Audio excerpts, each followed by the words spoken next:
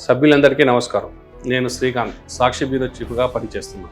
మార్చి 1న మన housing society ఎన్నికలు జరగబోతుంది. ఈ ఎన్నికల్లో నేను పోటీ చేస్తున్నాను. గత 18 సంవత్సరాలుగా మన స్థలాల కోసం సొసైటీ బిఓడి సభ్యులు అందరూ ఫలితంగా కృషి చేశారు. అయినా కొన్ని న్యాయపరమైన అంశాల కారణంగా ఆలస్యం అవుతూ వస్తోంది. ప్రధానంగా సుప్రీంకోర్టు ఇచ్చిన తీర్పు నేపథ్యంలో మన స్థలాల గురించి అగమ్యగోచర పరిస్థితి ఏర్పడింది.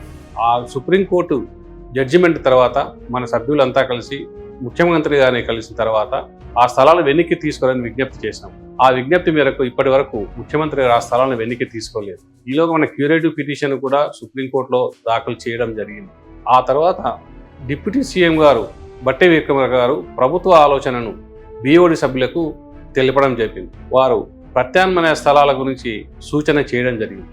అయితే ఆ స్థలాల విషయంలో బిఓడి సభ్యులను కూడా తమకు సుప్రీంకు చేసిన అన్యాయం చేసినందున ఈసారి ఆ స్థలాలు ఇచ్చే విధంగా ప్రయత్నించమని కోరడం జరిగింది. కానీ ప్రభుత్వం తప్పదనే పరిస్థితుల్లో, విధి లేని పరిస్థితుల్లో మనం అటువైపు వెళ్లాల్సి వస్తే అది చివరి అంశమే అవుతుంది తప్ప ఈ స్థలాలను వదులుకోవడానికి విధంగా లేరు. కాకపోతే ప్రభుత్వం నిక్కచ్చిగా చెప్పిన తర్వాత మొండి వాదనతో మనం వీధి పోరాటాలు చేస్తామనో కాలయాపన చేయడం మినహా ఆ స్థలాలు సాధించుకునే దిశగా ప్రయత్నం చేయకపోతే మొదటికే మోసం వచ్చే అవకాశం ఉంది. అందుకొరకు సభ్యులంతా ఈ విషయాన్ని అర్థం చేసుకోండి.